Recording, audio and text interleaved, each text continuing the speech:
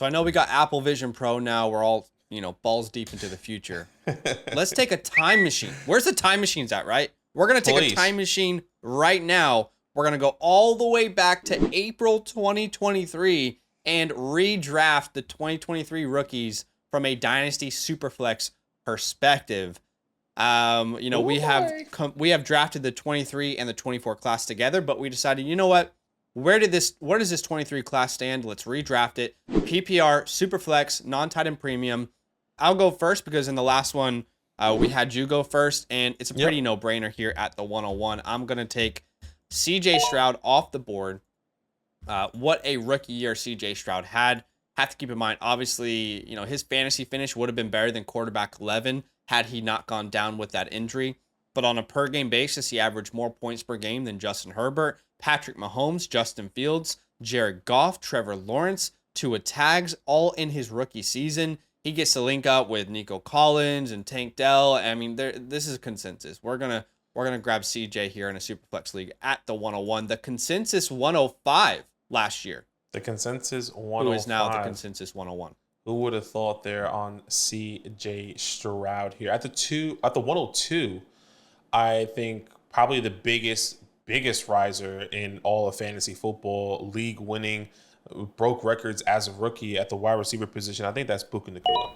Okay, surprising. To me, surprising. We'll talk about this. Yeah, look, when you think of this, you think of the future and you think of a first-round draft pick, you talk about the wide receiver, an elite wide receiver prospect. I feel like you have to put him in that category and what he did this first year as a rookie. He's broken records and like no one as expected. Finished as a wide receiver 4, over 1,400 yards, 160 targets, averaging 17.6 fantasy points per game. And I know it's a super flex league, but I think Puka Nacua is worthy of going here at the 102.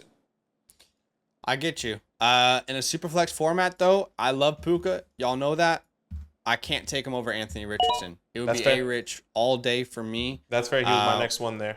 If you think about a startup draft, Superflex startup draft, Puka's not going ahead of A-Rich. We have to be honest here. I think it's just not happening. I think in some world there is, in my opinion.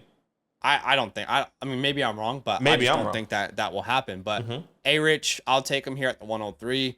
You look at A-Rich's per game stats, I don't think they really reflect what Anthony Richardson did when he was healthy and starting for this offense, because there was only 2 games where he was actually healthy and played all the way through, those games. And that was week, I believe, 2. Let me double check this real fast because I don't want to put my foot in my mouth. But on a per game basis in games where he was actually healthy, he was averaging like quarterback 1 numbers, like the best asset in all of fantasy type of upside. In week 1, he played 96% of the snaps, had 24 fantasy points. In week 4, he played 100% of the snaps, got 32 fantasy points. In weeks 2 and 5, he didn't play over 35% of the snaps because he left those games with an injury. So we're talking about a guy who's averaging around 28 points per game when he's healthy in Shane Steichen's offense with the rushing upside, a guy who had 4 rushing touchdowns in his first 4 games. I mean, we're talking about a dude who could have broken rookie records for rushing. We talk about, CJ Stroud and how impressive he was. What if A-Rich was healthy the entire year? So I think in startups he goes first. I love Puka, but we're talking about a guy who we have seen fantasy success with, a top 5 first-round draft pick in Anthony Richardson. I'll take him at the 103. No worries. I can be wrong as well. I think Puka is well worthy of being at the 102, but could definitely be wrong there. At the 104 here, I personally think this is where you can see your first running back going off the board in Bijan Robinson.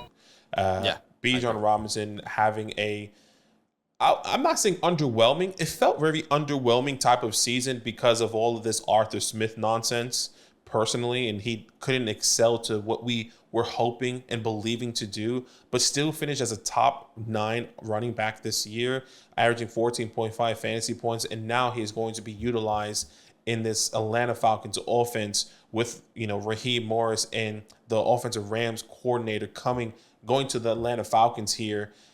And we saw what he just did with Kyren Williams, how Kyren Williams was just going absolutely bonkers in in this past year, and that's exactly what Bijan Robinson can do, but in the next level with his elite generational talent at the running back position here. So I'll take Bijan Robinson here at the 104. Yeah, Bijan heavily misused throughout his entire rookie season. But you're right, it's the Rams passing game coordinator that is coming over. So he would have had a big part in how Kyren was used in the air. So I love it. I'm a big fan of it. And, there are a lot of people who are very strong on Jahmyr Gibbs being the RB1 in that class. Yeah. I don't care where you stand. I actually don't either. I'll take Jahmyr Gibbs at the 105. Put them in whatever order you'd like. I agree. However, what I will say is Gibbs was in a very ideal situation in an offense that really favored running backs, whereas it felt like Bijan was a little bit mismanaged, and we don't think that's going to continue throughout his career. But what I will say is Gibbs, despite not being the starter like Bijan, averaged 16 points per game compared to Bijan's 14.5. Now, that's a little bit skewed because we had a game where Arthur Smith decided we're just going to let Bijan chill on the sideline for the entire game. We're going to let him have one carry. That was the game versus Tampa Bay where Bijan had a headache. They didn't report it. Made no sense. That was a mess. So that ruins his per game averages a little bit. But I'll take Jahmyr Gibbs off the board. What a situation he's found himself in. One of, the focal weapons in a very good offense behind an incredible offensive line with a beautiful mind calling plays for him. So I'll take Gibbs at the 105. Okay. At the 106 here. This is where it gets split wide open, I think. Yeah, I don't think personally people are going to have this person at the 106 in my personal opinion because I have him significantly higher, and that's Tank Dell. For me, I think Tank Dell comes in and takes over this wide receiver in the for the Houston Texans.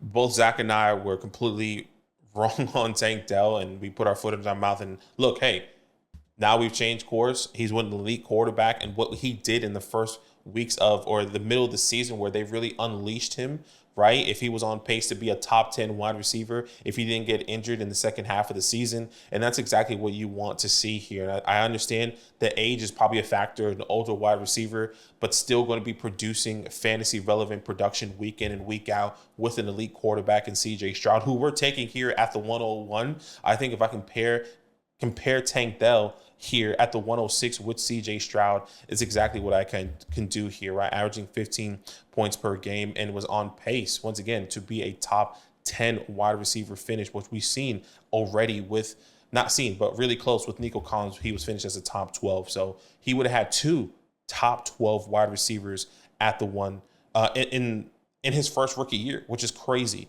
So I'll take Tank Dell here. Look, I love Tank, but I wouldn't have taken him that high. That doesn't mean it's right or wrong. That's but fine. That's it's a little rich for me. I know a lot of people won't like that. But for me, I guess this would be my version of Tank Dell this year. I'll take Rashee Rice next off the board, and that's probably not consensus either. That's who it was. We all know that I have Rashee Rice ranked as, I believe, my wide receiver 12 in my Dynasty rankings.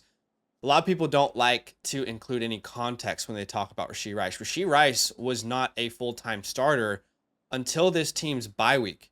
In fact, from weeks 1 to 9, he didn't have a single game over 70% of the snaps, and he averaged, I think, right around 50. I think it was like 45% of the snaps or something.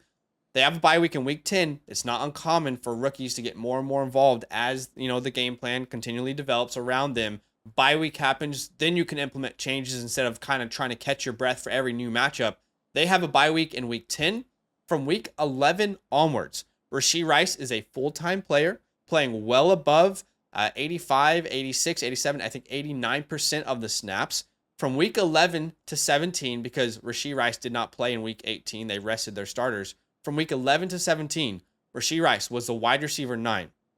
And if you want to extend that to week 18 on a per-game basis, we're talking about Rashee Rice, who averaged more points per game than Devonta Smith, Chris Godwin, Cooper Kupp, Michael Pittman, Zay Flowers, Justin Jefferson, Chris Olave, Jalen Waddle, A.J. Brown, Jamar Chase, Garrett Wilson, Terry McLaurin, Drake London, Keenan Allen, Jackson Smith and Jigba, Cortland Sutton.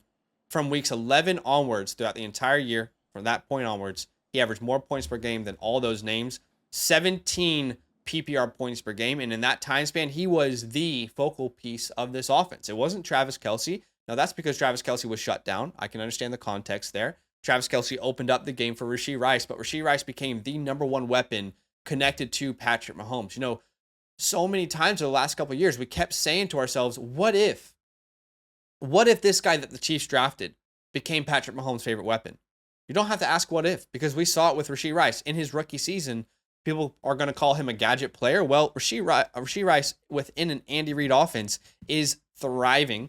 So I would take him here at the one. He was my 106, but I'll take him here at the 107. These guys are flipped for me, right? Like Okay.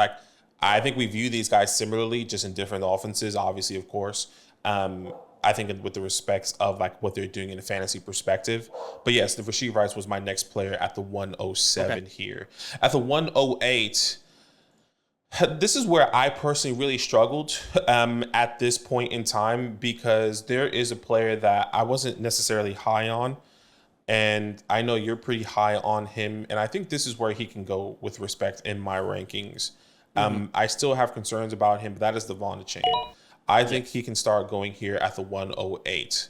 Now, one of my biggest concerns with Devon is that I actually still believe that this team can draft a running back in the future. But, you know, one of the biggest counterparts all off season coming into the 23 season was that he doesn't need many touches. And that was proven wrong, or proven right to me going into this year, where he only needed 12 touches and my guy took it to the house every 80 yards, 70 yards. Devon was just on the go. So if he's going to continue to do that year in, and week out, then maybe those limited touches is all that he needs. But one of my biggest concerns as well, again, is also the injury history.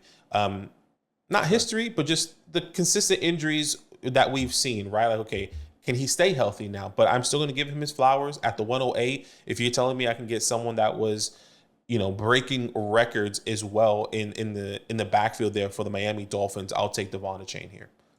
A-Chain off the board. Yeah, that was my 107. So you get him there at the 108. I love the pick. Love me some A-Chan. And, you know, my argument against like them bringing in someone was always he is going to be a feature regardless of who they bring in. I still feel that way. I still feel like if they drafted someone, or let's say Saquon comes there in free agency, I don't care who it is. I think A-Chan's shown enough to be an important part of this offense where he gets 12 to 15 touches a game. So I love the pick there at the 108. Now, I'm going to take Jackson Smith-Njigba here. Okay. I personally have him ranked ahead of Tank Dell. And I guess it's a little bit of projection from me. I guess it's what we've seen versus what could happen. Sure. Jason, I still think, is a superior prospect to Rashee Rice, to Tank Dell. It could be a little short-sighted that I don't even have him over Rashee Rice in my personal rankings, but we have to be a little bit realistic here as well. When we think about the situation Jackson Smith-Njigba is in, DK Metcalf, Tyler Lockett, JSN. Now, if Tyler Lockett were to move on, there's an out in his contract, no more Pete Carroll, and maybe it makes sense for them to do that. Right. I could probably bump JSN up in my rankings a little bit more. I don't think anyone could say when they've watched Jackson Smith-Njigba that they don't think he's an uber talented player. The issue hasn't been his talent. The issue has been his opportunity. He's not getting enough opportunity within this offense with all these good wide receivers. He averaged 8.8 points per game. But again, this is one of those what I know versus what I'm projecting. Sure. I have seen more than enough from Jackson to say that he can be a top 12 dynasty wide receiver if the opportunity was there. Unfortunately, we got to wait for that opportunity to come still. We have question marks around his quarterback's future. What is the future of Geno Smith? A whole new coaching staff in there now. Do they draft someone? What do they do at the quarterback spot? So I love this talent. I'll take him there at the 109. He's probably deserving of going maybe higher, but again, you have to find a middle balance between what we currently know versus what we project. And that was the hardest part in the second half of this first round, because I think there's a lot of people that you love and you say, dang, he shouldn't be that low because of what we're projecting. But at the same time, it's hard to go off what we know versus than what we're projecting at all times here. So keep that in mind as you're watching this video. At the 110, I'm going to go with what I know. And I think this is exactly where you can see a tight end going off the board in Sam Laporta. Sam Laporta here going off the board, I believe, is a phenomenal pick here. I mean, broke records as a rookie. I think this is one of the guys that I was kind of saying, like, look, he was going to jump into opportunity because Jameson was suspended, right? You see I don't understand you got it with David Montgomery and Monra was there, but Sam Laporta, who they have utilized the tight end position in the past with TJ Hawkinson, immediately comes in and finishes a tight end one, averaging 14.1 fantasy points per game. He is clearly a feature for this offense, no matter if there's a David Montgomery in the backfield. Doesn't matter if Jahmyr Gibbs is in the backfield or Monra flanking him on the opposite side. Sam Laporta is always going to get his here. And I think at the 110, as a rookie, finishing as a tight end one is something that, we don't see often whatsoever, and put that elite status. I feel like we should be putting that elite status on Sam Laporta as a tight end already. So I'll take him here. You could, if we were playing tight end premium, I actually think he's the 106.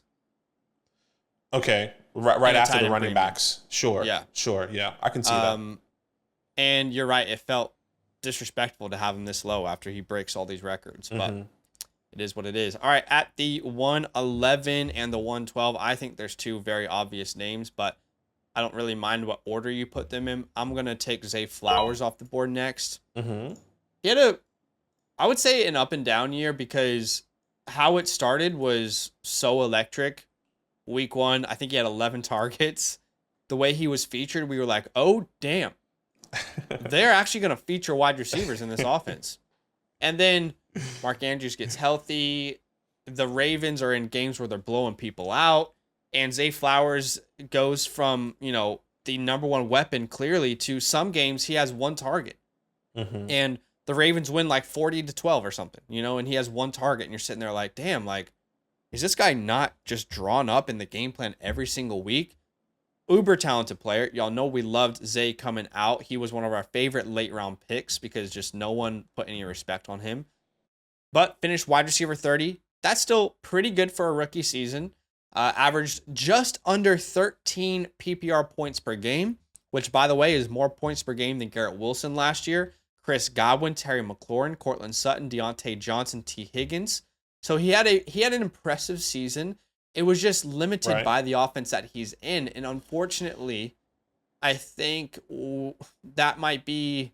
I think he will be more involved in his sophomore season. But I do think he might be a player that's often limited by playing with Lamar Jackson. As rude as that sounds, I just think it could be the case. Yeah, look, I can understand the argument with Zay Flowers there and being limited. And I think this is why my next player I see the same way in being limited at the wide receiver position. That's Jordan Addison. Maybe we see this a little bit differently, but for me, Jordan Addison, look, had a great rookie year. Finished as a top 25 wide receiver this past year, if I'm not mistaken. Finished wide receiver 23. Now, one of the biggest things that we've seen with Jordan Addison this year, that he went through the quarterback carousel.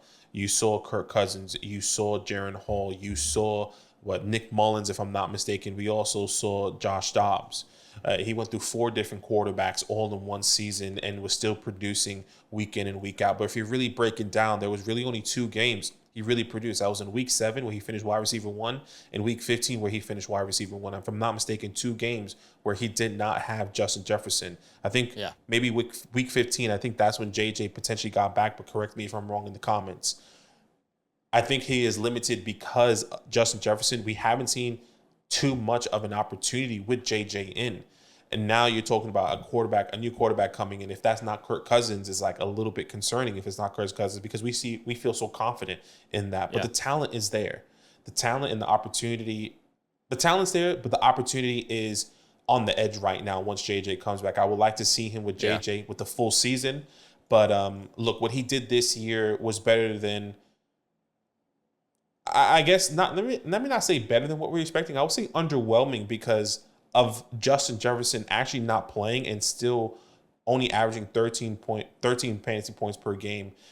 Which, once again, without Justin Jefferson, you expect all those targets to go to you, but that wasn't the case here, in my personal opinion. So Jordan Addison here at the 112 for me. I think him being underwhelming was more the quarterback play when Jefferson was away than himself. Maybe, yeah. I'll say this, people who bet on his talent were proven right, in my opinion. That dude can ball. He could be a number 1 wide receiver in the NFL, but he's playing with Justin Jefferson. So let's put some respect on his name too.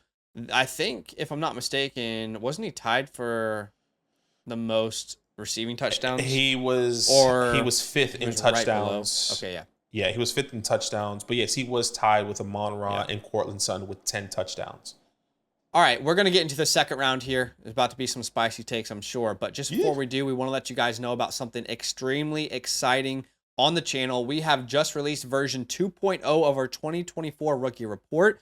You can see a profile here. This is from version 1, so it's not updated. But this is what these profiles look like. If you want to dive into every position and you want to get deep into the class and learn about sleepers and players that are being undervalued, then use a promo code LAND, become a Mother Flocker member, and as soon as you do that, you'll get access to the rookie report as well as version 3 when that updates in March. So go check that out, support the channel, check out the linked comment below as well.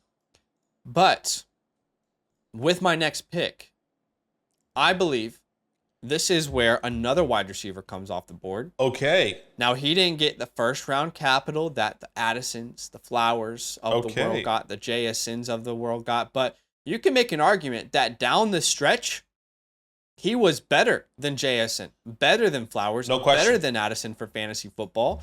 That is Jayden Reed. I'll take Jayden Reed off the board here at the 201. Now, we talk about these splits of when the bye week happened for a rookie and when they became a starter. Well, for Green Bay, they had their bye week early. That was in week 6. And in the first 5 weeks, Jayden Reed was kind of like a part-time player. He was playing around 58% or so of the snaps. From week 7 onwards, he becomes a full-time starter eventually.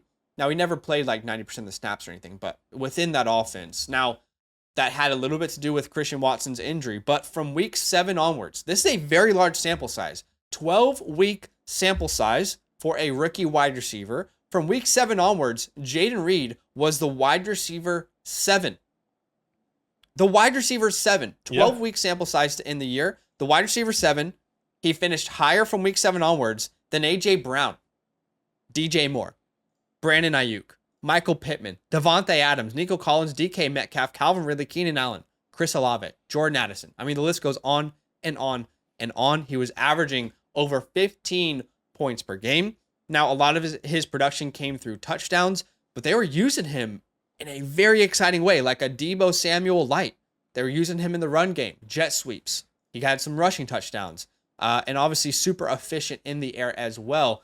So a player that I couldn't get into the first round because I don't think he's the same talent as an Addison or a Flowers. However, and also a little bit concerned about what the splits with Christian Watson looked like, because I believe that Jayden Reed is the best wide receiver on this team, but I also believe that they are stacked at that room now. Watson, Reed, Wicks, you got the tight ends and Kraft, Dobbs, and Musgrave. I mean, they got a lot of weapons. You have to ask yourself what sort of target share we should expect from Jayden Reed moving forward. And in the games where Watson is healthy, it's very underwhelming for Reed. So, based off what we've seen, I think he could take a next step. He could be the number 1 option in that offense. I'll take him at the 201. Okay. Look, it makes sense. I like Jayden Reed here, no doubt about it. He was actually my 202 because I do have a quarterback ahead of him. And I'm still going to show love to Bryce Young. For a lot of people, this may be a bit early. For some people, that was my next pick. A lot of people are potentially counting him out. But we have to understand the situation. One of the worst offensive lines, one of the worst separating wide receiver rooms, a lot of drop balls. The wide receiver 1. When you're telling me the wide receiver 1 is Adam Thielen at age 33, going to be 34 this year, when you drafted a young wide receiver in Jonathan Mingo, you have a DJ Chark. There has to be more for Bryce Young in this offense when you think of it going into 2024. Obviously, the head coach regime was fired, right? Everyone was essentially wiped off outside of the ownership, essentially. And now that all is revamped with a new head coach, a new offensive coordinator, a new defensive, like literally everyone here. And Bryce Young, we're going from the 101 of last year to the 202 as we were redrafting this mock draft or this class. There's still hope for Bryce Young. The talent's there. The situation needs to change. What's really exciting is that, in a world that we just lived in one of our mock draft videos, he got 2 wide receivers in the second and third rounds. That's exciting. Yeah. What if they get T. Higgins? What if they get Michael Pittman? That is the type of reality we're hoping for Bryce Young going into his next year here. So I still have hope here at the 202.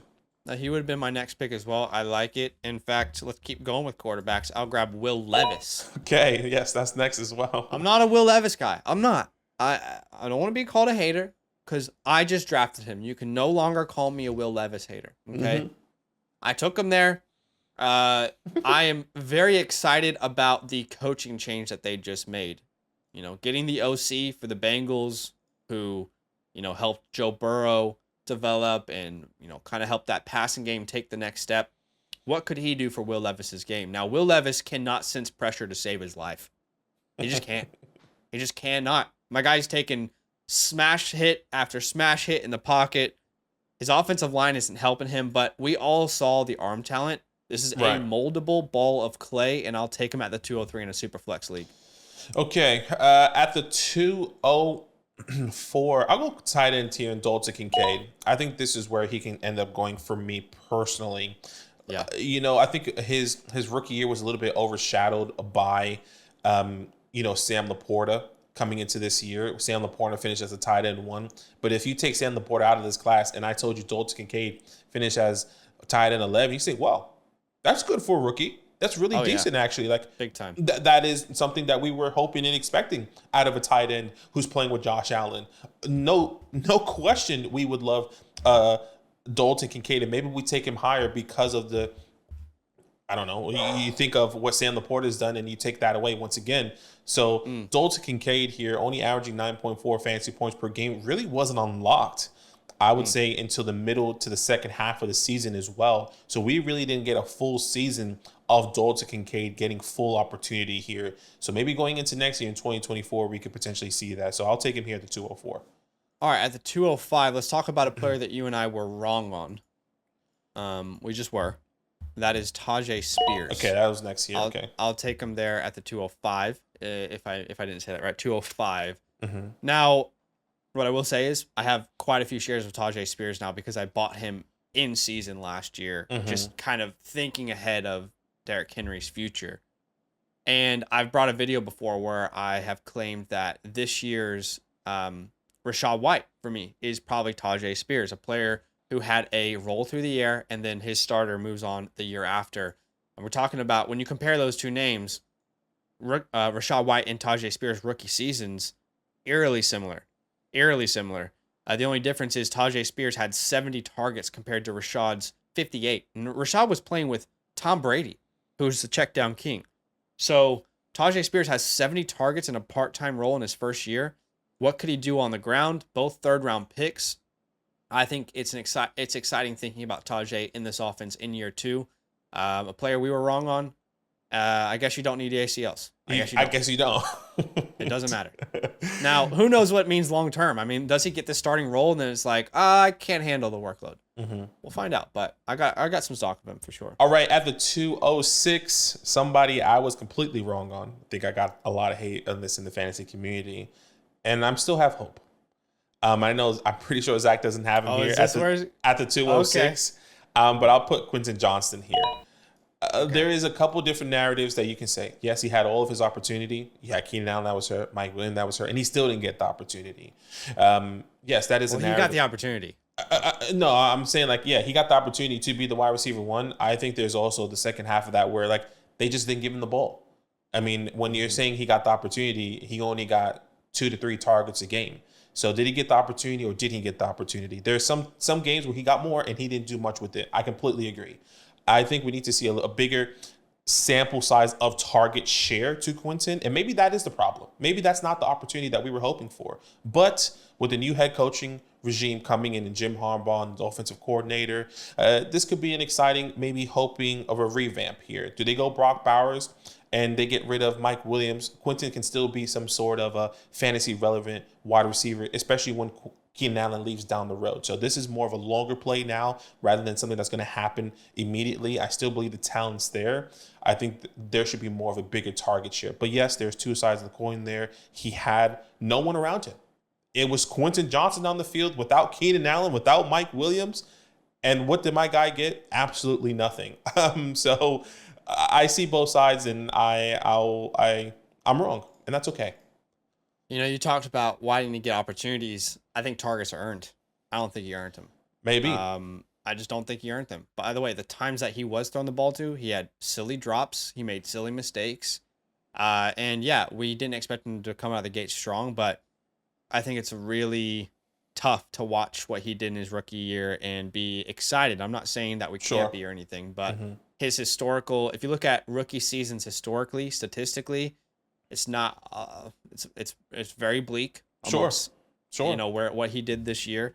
But I just think if you had dreamt up a scenario for Quentin, it would have been this year as far as like what you would have wanted for him to succeed. Especially with the injuries out there. And he just didn't. So he's actually ranked as my 212, so I have him significantly lower. But that's fair. That's fair. And props to you for saying you were wrong, because it's all right. We are all wrong on certain things. I'll take Josh Downs here at the 207. Yeah, that's who's next for me. I'm not like super thrilled about Josh Downs like some people in our industry. There's quite a few who really love him, and I'm not saying that they shouldn't, but I'm just saying that Gardner Minshew isn't your starting quarterback, guys. It's Anthony Richardson. Anthony Richardson completed under 60% of his passes in his time starting. We don't know if he can support more than Michael Pittman, or if he can support even Michael Pittman on a year-long basis, even just one guy. So Downs is talented, kind of fell off and disappeared, even with Minshew there down the road, but he's a talented dude. He plays really well at the slot. I'll take him there at the 207. Yeah, look, makes sense there. At the 208, for me personally, I think this is where I'll go tight end again. I'll go Luke Musgrave. Okay. Yeah, I like the landing spot here. You think of Jordan Love coming into this team, or taking over this team, and he was injured for a lot of the time here for Luke Musgrave, and we saw these guys excelling. Now, one of the biggest concerns here is the target share. Zach kind of mentioned it with Jaden Reed. What's happening with Christian Watson, Jaden Reed, Romeo Dubs, Dontavion Wicks. Where does Luke Musgrave fit there? I'm not necessarily sure, but the fact that he is paired with Jordan Love, I think that's what excites me in my personal opinion here. So I'll take him here at the 208. Probably could have gone lower, but I'll take him here. No, I mean, a tight end would have been next for me. It just would have been a different tight end. That's Michael Mayer. Yeah, they're back-to-back for me, so. Sure. Yeah. Michael Mayer's ranked as my 207. I'll take him here at the 209. Video coming out about him very soon. Actually, by the time this video releases, you might be away with your baby, so that video might have already been out. I'm not sure the timeline, but last year Trey McBride was a huge buy for me at the tight end position. Probably my favorite tight end buy, along with Chig Okonkwo. I'll say Chig probably didn't work out, but if you watch the videos where I told you to buy Trey McBride, that would have worked out. I told you this is my Trey McBride this year. Super talented player. Drafted with second-round draft capital to a situation where he doesn't produce in year one. If you look at the statistics from Trey McBride's rookie season and Michael Mayer's, eerily similar. You look at their collegiate production, eerily similar. I would say McBride's probably a better athlete, but this is, again, like you mentioned with Sam Laporta, don't let Sam Laporta's historic rookie season make you think that these other tight ends in this class are bad. That's just not true. They were just on normal track. Sam Laporta is just in a different world on his own, leading the way there. But I'll take Michael Mayer there. I think he's due for a breakout in year two. As the other weapons around him get older, I'll take him there at the 209. Okay, at the 210 here, this is where I think this is just projection season for me here. I'm going to take Kendre Miller. For me, Kendre Miller. I love that, and I'll be honest with you, dude. I tried to get as many players from the class as possible. It's hard because there's not like a database somewhere where we had this filled. I would have, I hate that. I wish I drafted Kendre Miller way higher now. and that's okay. Look, we'll draft them together here. Kendre Miller projection coming. Look, in reality, now rethinking about it, we're probably going to take him over these tight ends, right? I would have taken him at the 206. Okay, and that's fair. Look, Kendre Miller coming in, having the opportunity that he got this year was non-existent. The first 3 games of the season, we were hoping with Alvin Kamara being suspended, we'd hope Kendre Miller was going to get the opportunity. He got injured. We only saw Kendre Miller really excel here in the last game of the season, where we saw something pretty decent. It wasn't amazing, but something that we can say, okay, if he gets all these opportunity here, we can see him excel in the next level in 18 games, 13 carries, 73 yards. averaging 5.6 yards per carry and a touchdown. That was over the nearly 15 fantasy points there. So if that can happen on a week-to-week basis for Kendrick Miller, if Alvin Kamara is no longer on this team, Kendrick Miller could be a very good buy, which we both have been saying, a great buy low opportunity right now. A guy that you should be stashing, you should be trying to get add-ons in your dynasty trades here. Kendrick Miller at the 210.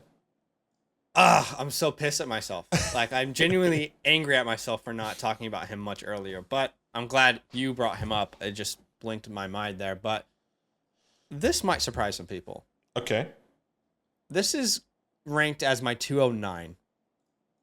I wonder if we are in the same spot. Is it a running back? It's not. Okay, never mind. I have a quarterback at the 209 in my rankings. His name is Aiden O'Connell. I'm going to take Aiden O'Connell here at the 211. Okay. Reason being is there is hope for Aiden O'Connell. He's not worth anything more than the 3rd round pick right now. He's an easy buy. However, there are reasons to be hopeful. Could Aiden O'Connell be a backup for the rest of his career? Yes. However, same coach came back, and Antonio Pierce. Yes. Antonio Pierce's first action as the interim head coach, taking over for McDaniels last year, was to bench Jimmy G and start Aiden O'Connell. Now, from that time onwards, the team started, with Jimmy G 3-5. I know Aiden played a game in between there because of his injury, but they started 3-5 under McDaniels. He was fired. Under Pierce and Aiden, the team goes 5-4 to finish the year. Mm-hmm. So they had a better, finish there, and he played the Chiefs and beat them. He wasn't really necessary because of the way that game was, played out. But I'll take Aiden here. They've got a lot of teams ahead of them that are quarterback needy. Commanders, Patriots, Broncos, Falcons, Vikings. There's more teams there that I'm not talking about right now. But, there's a lot of teams ahead of them in this draft that need a quarterback, so they're not in a great spot. Why can't Aiden compete? Why can't he go out and win that job? I'll take him at the 211. Okay, look, I like Aiden O'Connell here for sure, no doubt about it. He was more a later pick for me here. But at the 212, I'll close it out here. A running back, and that is Zach Charbonnet. Once again, projection season. And you think about this let's think about this world. New head coach, new offensive coordinator. Pete Carroll's no longer gone. He drafted both of these guys. Yeah. But this head coach coming in, this new offensive coordinator, likes Charbonnet a little bit more, likes what he could do a little bit more. Maybe he gets the 60-40 over Kenneth Walker going into 2024. I would hate that. Yeah. Because I have a lot of Kenneth Walker, but this is kind of the reality that we live in. This is kind of what we were expecting even coming into 2023, saying this could be a 50-50 backfield. That wasn't the case. Zach Charbonnet was essentially non-existent unless Kenneth Walker was injured. So, look, once again, anything can happen in this backfield. But at the same time, this is a great backup as well. Like, if Kenneth Walker does go down, we've seen Zach Charbonnet kind of get that opportunity in the air and on the ground. So that's what's also exciting. Look, it really is a shame. It honestly is a shame because I feel confident he could have been a star running back. No question. No question. They're linked together. I'm going to just quickly run through my 3rd round for people, if that's okay. Sure. Quick Absolutely. fire. I'll just say exactly where I have them ranked. Go for it. Rashawn Johnson would be next at the 301. Underwhelming rookie year. Opportunities were there. Didn't capitalize. Michael Wilson at the 302. If Hollywood Brown moves on and it's just Marvin Harrison Jr., Michael Wilson, and that's Rondale, sexy. I feel excited about him. Chase Brown at the 303. If Joe Mixon moves on, even if not, they started utilizing him more towards the back half of the season. At the 304, Keaton Mitchell, Baltimore Ravens running back who was super exciting but tore his ACL. Pop Douglas at the 305. You could make an argument that these next two guys should have been higher. Douglas and Wicks, very impressive years. Marvin Mims, wasn't a Marvin Mims guy coming in. I might buy a lot of Marvin Mims in this offseason because of Sutton and Judy not being very important. By the way, Judy's not a free agent. We need to keep that in mind. He has a 5th-year option that they accepted. But anyway, Sutton is. Tucker Kraft, Jaleel McLaughlin, Jonathan Mingo, nightmare rookie year, Jalen Hyatt, Parker Washington. That's how I finished off those rankings there. But that's fair. Do us a favor, guys. Smash that like button. And any player in the 3rd round that you wanted to highlight before we end the video? My biggest one was Chase Brown. Joe Mixon potentially gone or cut as a casualty. Do they draft another running back, or do they just keep with Chase Brown because of the utilization in the second half of the season? That was a guy that I think could have been gone high as you know, the 301 or maybe even snuck into the second round, depending on how you view him. Oh yeah, if Joe Mixon was cut tomorrow, put him around Tajay Spears. Yeah, exactly.